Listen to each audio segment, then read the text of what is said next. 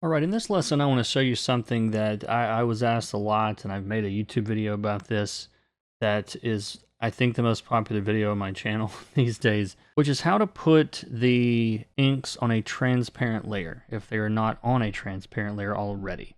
If you're drawing in Procreate, then you're drawing on a transparent layer. It's not a big deal.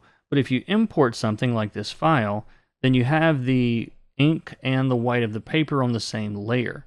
And that's cool. You can put it in multiply mode and color behind it, but it limits you in some ways. You can't use a clipping mask on it, for example, because if you hit the plus sign and put a clipping mask, all of the pixels on the inks layer have something on them, black and white. And so the clipping mask just colors everywhere. It doesn't do any good.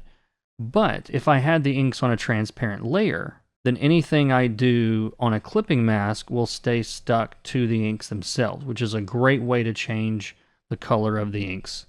The lines themselves is what I mean here.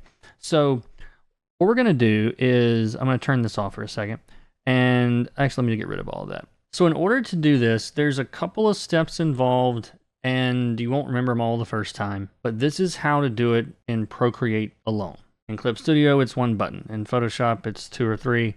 And here it's a few. So we're going to start by going to the layers, clicking on the inks layer and click copy. Make a new layer by clicking the plus sign. Fill that layer with black. Now click that new layer and put a mask on that layer. Just click mask. Next, we're going to click the layer mask. Make sure it's selected. Then 3-finger swipe down and click paste. Go back to your layers. Click on the mask again.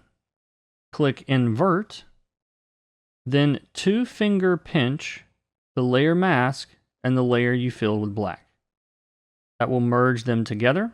I can now turn off the original inks layer, and now we can see that the white is gone from the layer, so those inks are now on a transparent layer. So you can see in the image here on the top right where the layer 2 is, the white no longer appears on the image. It's only the inks.